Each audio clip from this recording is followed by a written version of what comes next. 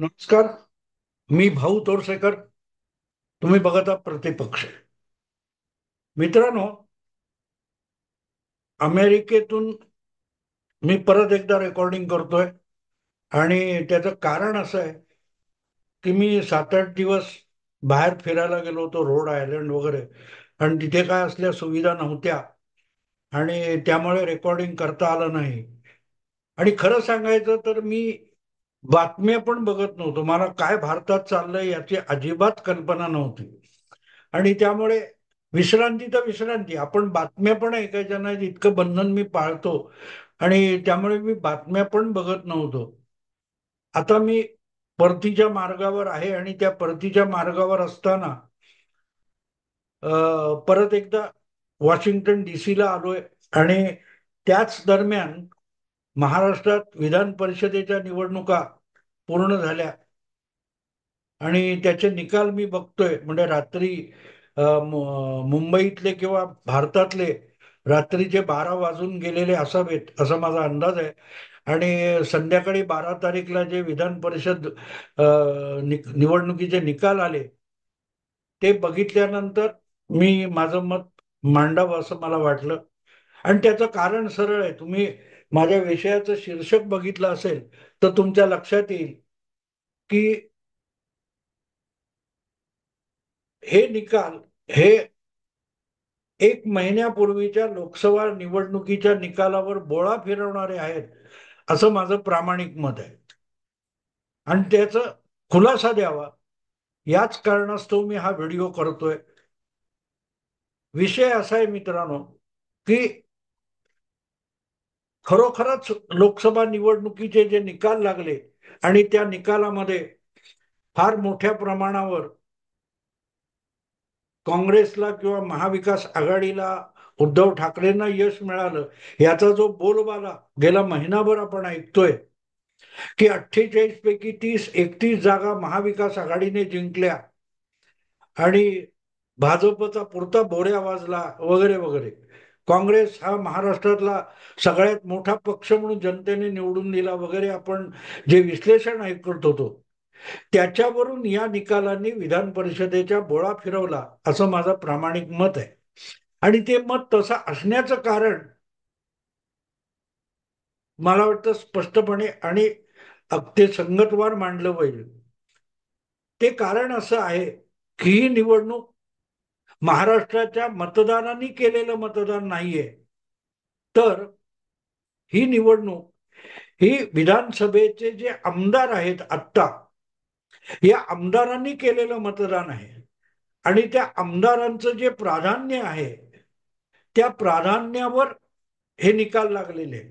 ज्यामध्ये 11 जागा होत्या, आणि 11 जागांपैकी 9 जागा महायुतीने अगदी लिलया किंवा सहजगत्या जिंकलेल्या आहे.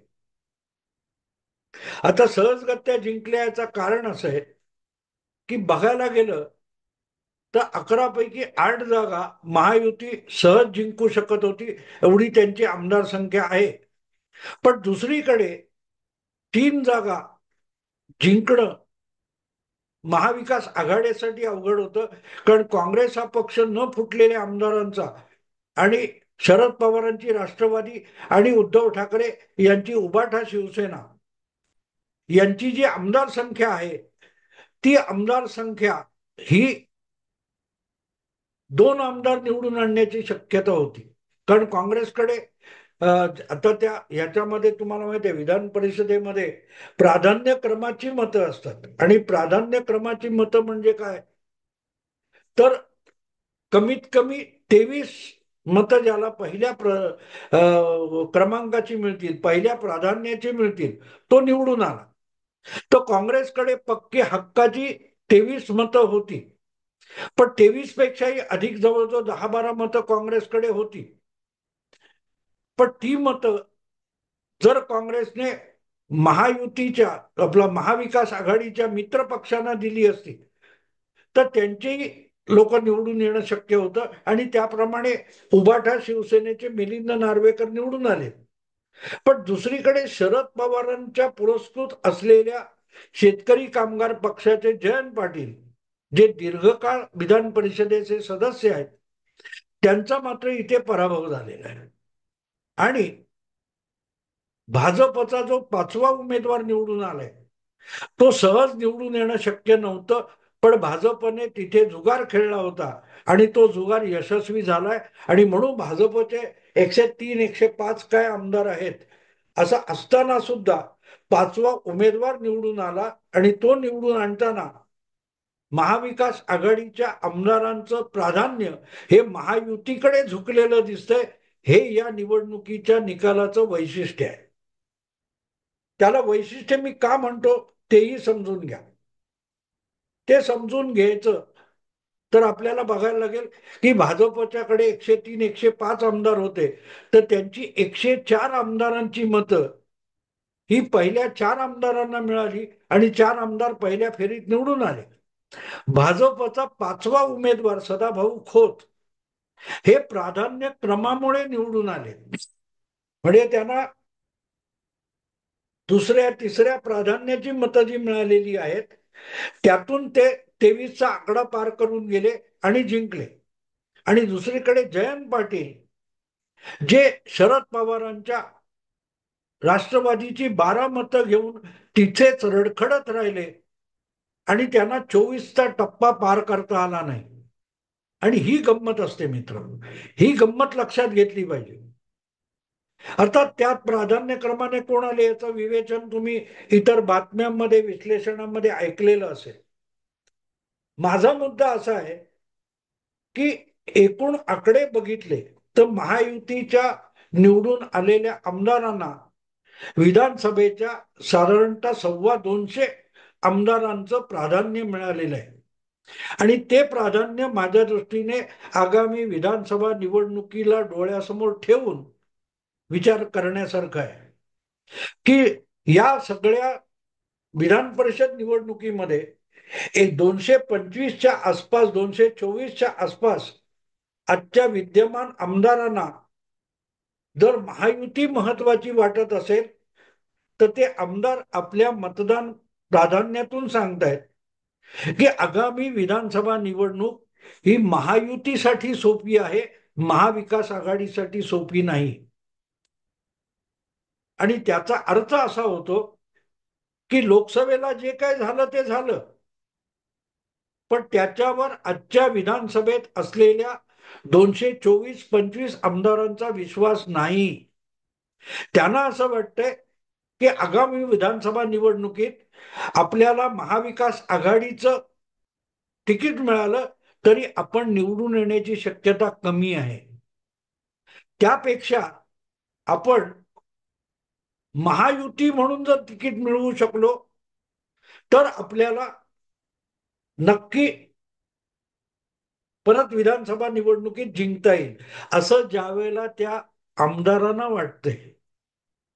याचा अर्थ असा की विधानसभा निवडणूक महाविकास आघाडीसाठी सोपी राहिलेली नाही. लोकसभेचं जे झालं ते झालं, राष्ट्रीय पातळीवरच्या मतदानातून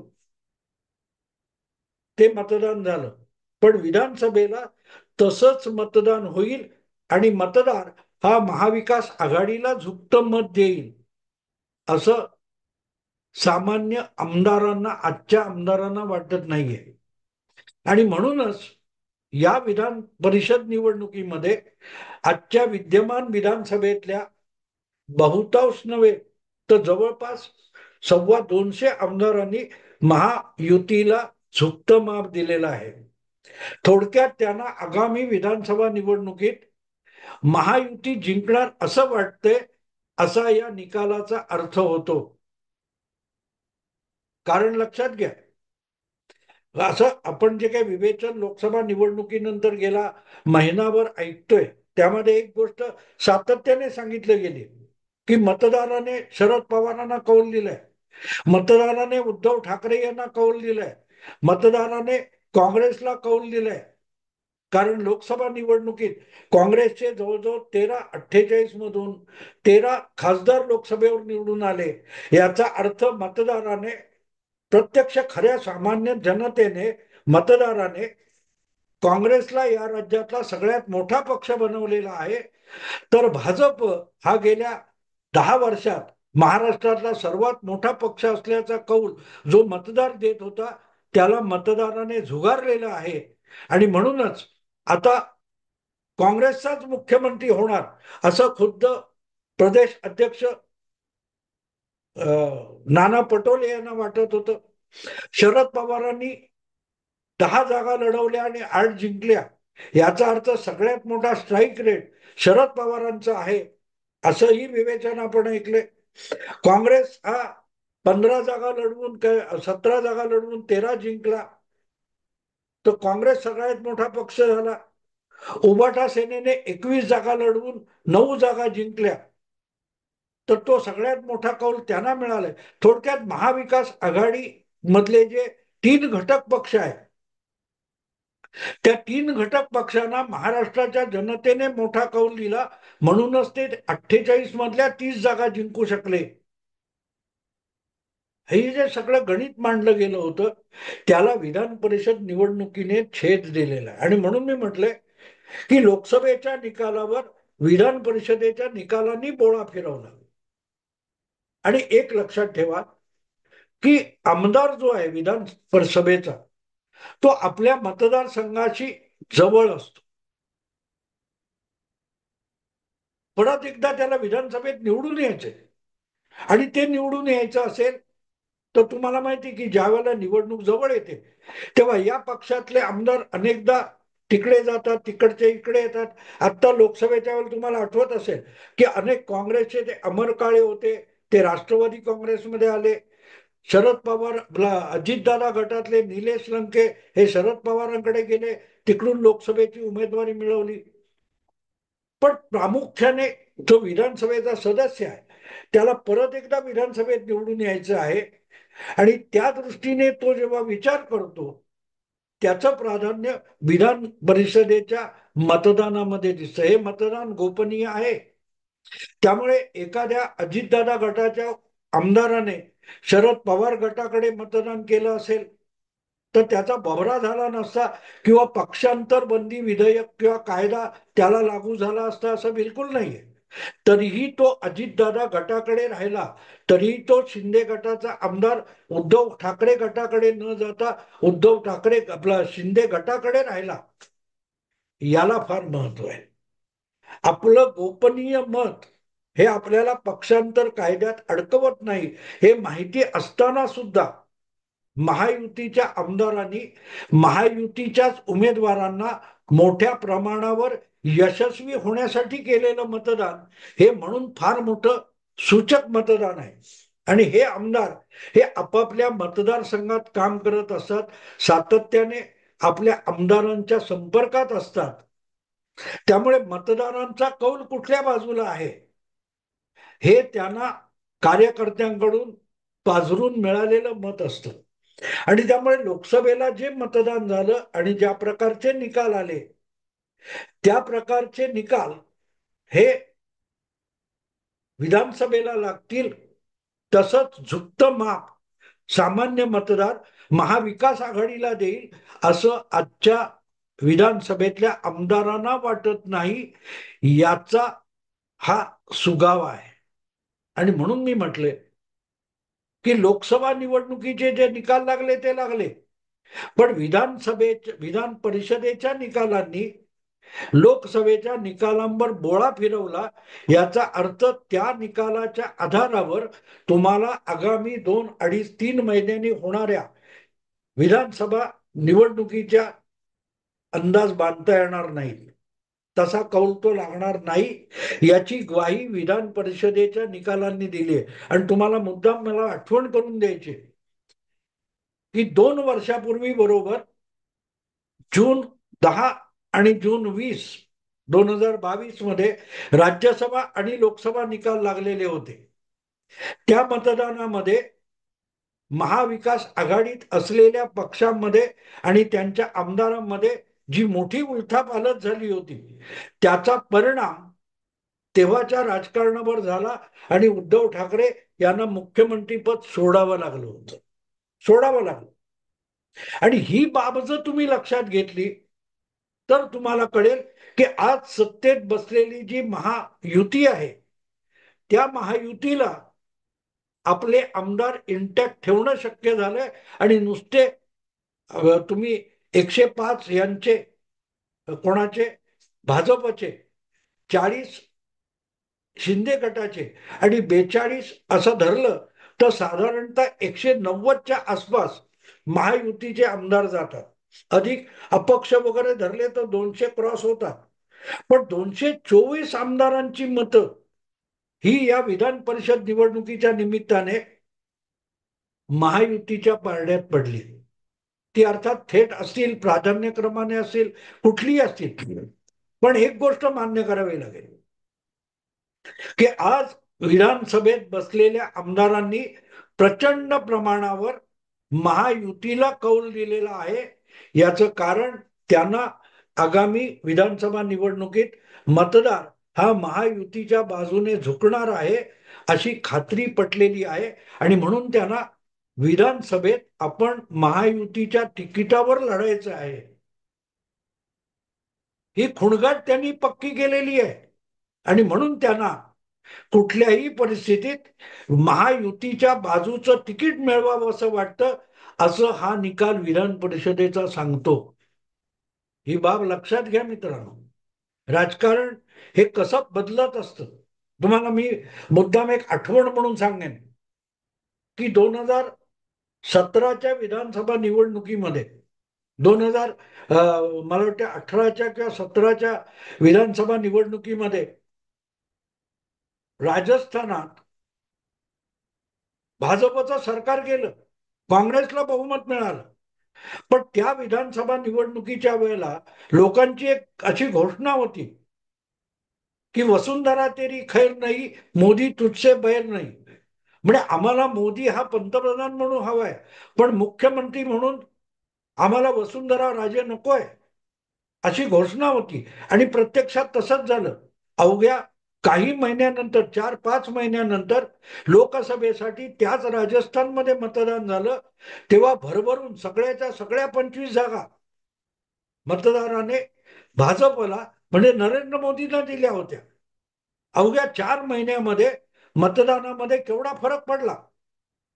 मतदार हा, मी नेहमी सांगतो, गेल्या 10-15 वर्षामध्ये भारतातला मतदार हा प्रचंड प्रमाणावर राजकीय दृष्ट्या प्रगल्भ झालेला आहे. तो अधिकाधिक मत प्रत्येक निवडणुकीत बदलताना दिसतोय. आता गंमत बघा की विधानसभेला राजस्थानमध्ये मतदाराने भाजपला कौल दिला, निर्विवाद बहुमत दिलं. अगदी वसुंधरा राजे ह्या उमेदवार नसताना सुद्धा आणि भाजपला राजस्थानमध्ये मुख्यमंत्री पदाचा चेहरा दिला नसताना मतदाराने बहुमत दिलं. पण त्याच मतदाराने 4 महिन्यानंतर लोकसभेला मतदान करताना भाजपला ज्या 25च्या 25 जागा गेल्या 2 लोकसभा निवडणुकीत दिल्या होत्या त्या नाकारल्या. आणि काँग्रेसला काहीतरी 10-11 जागा राजस्थानात मिळाल्या. नेमकी तीच गोष्ट महाराष्ट्रात होऊ घातली आहे, हे या विधान परिषदेच्या निकालातून आपल्याला लक्षात घेता येतं. म्हणून मी इतर जे आकडे अगदी सांगतायत, कोणाला किती मतं मिळाली, मग त्यातली ह्याची फुटली का त्याची फुटली का, याची चर्चा इतर विवेचनामध्ये किंवा आकडेवारीमध्ये तुम्हाला दिसेल. की आता उदाहरणार्थ 49 मतं काहीतरी शिंदे गटाच्या 2 उमेदवारांना मिळालेल्या मतांची बेरीज केली तर ती 49 काय 47 होते. 40 आमदार असताना 47 मतं शिंदे गटाच्या उमेदवारांना मिळाली, किंवा अजितदादांच्या गटाला सुद्धा काही जास्त मतं मिळाली. भाजपला तर जवळजवळ 130च्या आसपास मतं, 128 वगैरे मतं मिळाली. व भाजपकडे 110-12 आमदार असताना एवढी मोठी संख्या कशी मिळाली, तर त्याचं कारण आपण लक्षात घेतलं पाहिजे. आणि इथे मतदार प्रगल्भ होतं असं मी मानतो. आणि तो प्रगल्भ होणारा मतदार आगामी विधानसभेत कोणाला मतदान करणार आहे त्याची चाहूल आपल्याला या विधान परिषदेत मतदानात लागते असं माझं मत आहे. आणि म्हणून मी म्हटलं की जे काय लोकसभा निकालानंतर आता महाविकास आघाडी विजयाच्या वाटेवर आहे. लवकरच आता उद्धव ठाकरे तर म्हणाले होते की हे विधानसभेचं जे अधिवेशन आहे हे महायुती सरकारला, शिंदे सरकारला निरोप देण्यासाठीचं अधिवेशन आहे, इथपर्यंत त्यांनी मतप्रदर्शन केलं होतं. इथे आपल्या गोष्ट एक लक्षात येते की उद्धव ठाकरेंना किंवा शरद पवारांनी किंवा काँग्रेसला वाटते तितकी विधानसभा निवडणूक महाविकास आघाडीसाठी सोपी राहिलेली नाही, याची चाहूल आपल्याला या विधान परिषद निकालामध्ये लागते. कारण विधानसभेत आज असलेले आमदार परत एकदा निवडून यायचं तर फुटायला अजिबात तयार नाहीत. त्यांना अशी खात्री वाटते की महायुती म्हणूनच लढलो तर आपली आमदारकी टिकेल. आमदारांचं, विधानसभेच्या आमदारांचं एक वैशिष्ट्य असतं की त्यांना परत एकदा आमदार व्हायचं असतं. आमदार झालं की मंत्री किंवा मुख्यमंत्री व्हायचं असतं, पण त्यांचं सगळ्यात मोठं प्राधान्य हे परत एकदा आमदार होण्यासाठी असतं. आणि आपल्याला आमदार व्हायचं असेल तर आपण महायुतीमध्ये राहिलं पाहिजे, याविषयी त्यांच्या मनात काडी मात्र शंका नाही. याची चाहूल या निकालातून लागते. म्हणूनच हे विवेचन मी घाई गर्दीने करतोय. मग भारतात पोहोचल्यानंतर अधिक बोलेन. आत्ता इथेच थांबतो. आवडलं लाईक करा, शेअर करा, सबस्क्राईब करा. नमस्कार.